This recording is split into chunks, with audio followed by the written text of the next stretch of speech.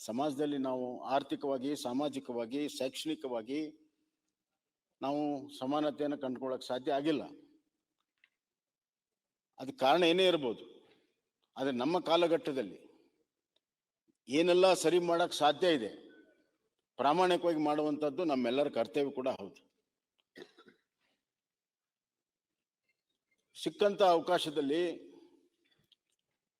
ಉತ್ತಮವಾದಂಥ ಆರ್ಥಿಕ ನಿರ್ವಹಣೆ ಮಾಡಿದರೆ ಅದರ ಪ್ರತಿಫಲ ಇವತ್ತು ಬಡವರು ಕೂಡ ಮುಟ್ಟಿಸೋದಕ್ಕೆ ಸಾಧ್ಯ ಇದೆ. ಇಲ್ಲಿ ನಾವು ಜಗತ್ತಿನಲ್ಲಿ ಎರಡು ವಿಚಾರಧಾರೆಗಳನ್ನು ನಾವು ನೋಡ್ತಾ ಇರ್ತೇವೆ, ಭಾಳ ವರ್ಷದಿಂದ ಕೇಳ್ಕೊಂಡು ಬಂದಿದ್ದೇವೆ. ಒಂದು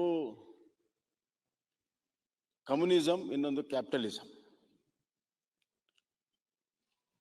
ಕಮ್ಯುನಿಸಮ್ ಅಲ್ಲಿ ಈಕ್ವಿಟಬಲ್ ಡಿಸ್ಟ್ರಿಬ್ಯೂಷನ್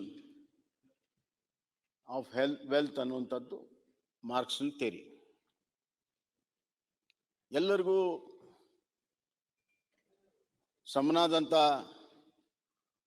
ಒಂದು ಆದಾಯಗಳಲ್ಲಿ, ಆಸ್ತಿಗಳಲ್ಲಿ ಹಂಚಿಕೆ ಆಗಬೇಕು, ಸಮಾನವಾದಂಥ ಒಂದು ಸಮಾಜ ನಿರ್ಮಾಣ ಆಗಬೇಕು ಅನ್ನುವಂಥದ್ದು ಅದು ಕಮ್ಯುನಿಸಮ್ನ ಥಿಯರಿ.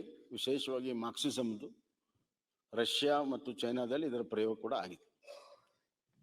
ಇನ್ನೊಂದು ಕಡೆ ಕ್ಯಾಪಿಟಲಿಸಮ್ ನೋಡಿದ್ವಿ ನಾವು, ವೆಸ್ಟರ್ನ್ ಕಂಟ್ರಿಯಲ್ಲಿ ಕ್ಯಾಪಿಟಲಿಸಮ್ ನೋಡಿದ್ವಿ.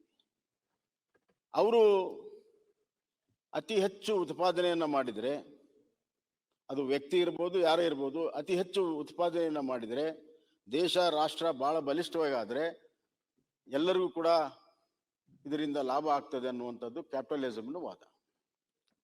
ಬೆಂಗಳೂರಿನಿಂದ ಮಂಗಳೂರುವರೆಗೆ, ಬೀದರ್ನಿಂದ ಚಾಮರಾಜನಗರದವರೆಗೆ ನಿಮ್ಮ ಸುದ್ದಿ ನಿಮ್ಮದೇ ಭಾಷೆಯಲ್ಲಿ. ಕರ್ನಾಟಕ ತಕ್.